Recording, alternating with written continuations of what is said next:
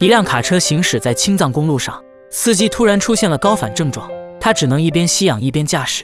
如果说黔西南路段是卡友们挥之不去的梦魇，那青藏线就是真正的生死关。这里是世界上海拔最高的公路之一，因为高寒缺氧的恶劣气候，所以被卡友们称为生死线。在海拔4200米的西大滩，这里是青藏公路的一个卡车驿站，有饭店和停车场。对于进藏的卡车司机来说，真正的艰难和危险才刚刚开始。早上10点，小店光顾了2位来自山东的司机。跑青藏线的司机很多都会搭伴，如果出事还能互相有个照应。刚坐下，两人就在群里询问前面的路况。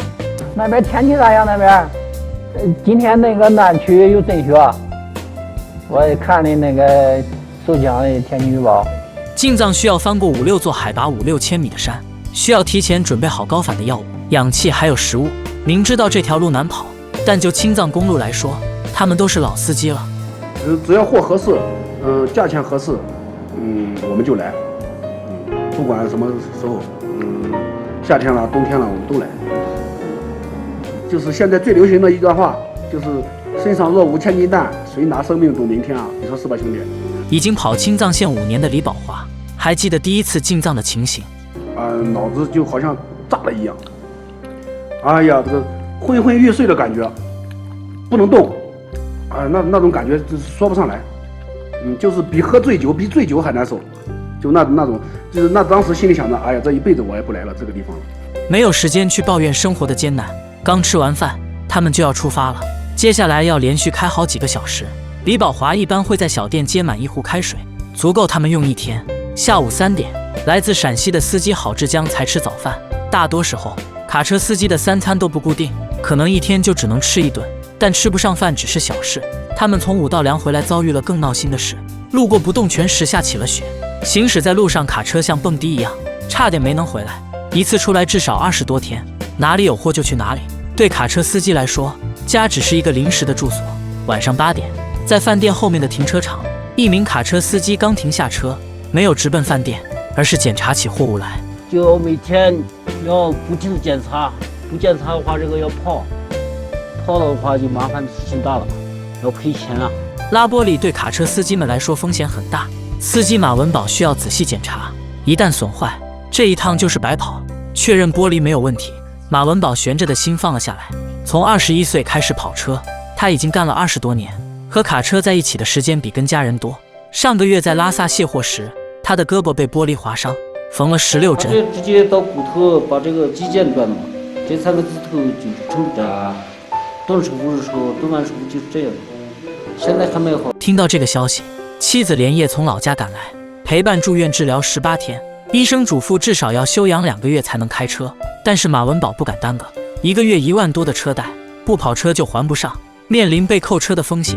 就在他们吃饭时，天上又下起了雪，他们要抢在路面结冰前翻过昆仑山口，连忙加紧加了几筷子饭菜，又马不停蹄地出发。我给你下雪了，注意安全啊！好，谢谢。老板会对每一位司机衷心地送上一句祝福。饭店老板经营小店2年多，他知道司机们的辛苦，不管他们是否就餐，都会给他们免费提供热水。有些司机为了省钱省时间，他们就会打些开水，在车上解决晚餐。从家里带了30块钱的煎饼，就这3排，我们还有咸菜，吃这个咸菜。司机刘琦的驾驶室里放着氧气瓶，这是他从格尔木租下来的，毕竟他才第2次进藏，不敢冒一丁点风险。这趟货非常紧急，简单吃过之后，他们要抓紧休息。临睡前，刘琦习惯给家里报平安。第2天凌晨4点，本想早点出发的刘琦，结果发现车辆发动不了。才买1个月的新车，怎么就出这样的问题？刘琦检查发现是油路的问题，夜里的气温低至零下7、8度，他必须赶紧解决，一直强制打火，耗尽了电瓶电量。好在有另一辆车搭伴，他们可以搭电继续打火，用热水烫了油路，又用气泵吹了油箱的管道，从4点折腾到8点，天色大亮，卡车才终于发动。他们决定不吃早餐，抓紧赶路。原来他在前1天加了劣质油，就为了省下6、700块钱。车刚开出去半小时，过了昆仑山口，他产生了高原反应，他连忙拉出一条氧气管，吸了一会氧，才感觉好多了。晚上9点，在停车场有一个奇怪的组合，他们选择自己做饭，将做饭的家伙拾地下车，在这边4碗面条就得100多块。这3对夫妻通过这样的方式可以省下不少生活费。你出厨具，我出菜品，他出调料。3对顺路去拉萨的夫妻就这样搭伙做饭。大米饭，痛了快的，这不比饭店的差吧？天南地北的卡友们聚集在这里，既能提高生活水平，还能排解路上的孤寂。一位卡嫂正计划着也要去考个大车驾照，虽然不敢上路，但总归有用得上的地方。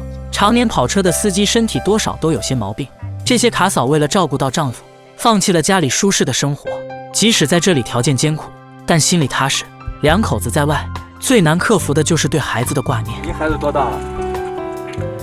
我大的19，小的17。这些卡车司机拉动着我国经济的高速发展，为国家做出了巨大贡献，但也是背后有一群默默付出的卡嫂，他们才能安心在这条路上奋斗。不要哭了啊！这一趟就回去了吧，下辈子我再也不开大货车了。真的。下辈子肯定不找咱开大货车。